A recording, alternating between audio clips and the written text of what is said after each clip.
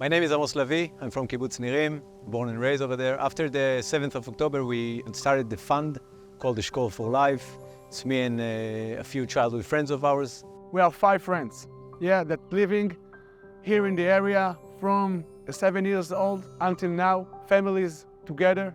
Dolev is kidnapped. Our friends from Niroz, one of our group is kidnapped. We keep praying every day, every morning, every time we go to bed. They will be back here soon. And we must do something for community. We founded an organization that called Eshkol to Life. The goal of our organization is to create hope and future for this area.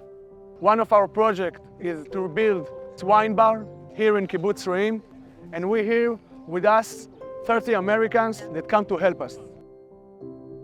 This is a Shir family house. Everything here is burned. This house was the most artistic house in the kibbutz. The mother of Shir, she's an artist. And everything is gone in the fire. You can see here, this is the area that was the heavy battle in the kibbutz. The soldiers and the youths of the kibbutz are living here. You can see here the damage, also bullets, also everything is destroyed, and fire and everything.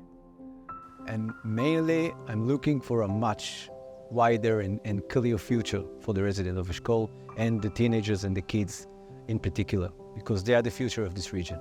The community of Eshkol was a beautiful community. We want that this community will be beautiful again and more stronger.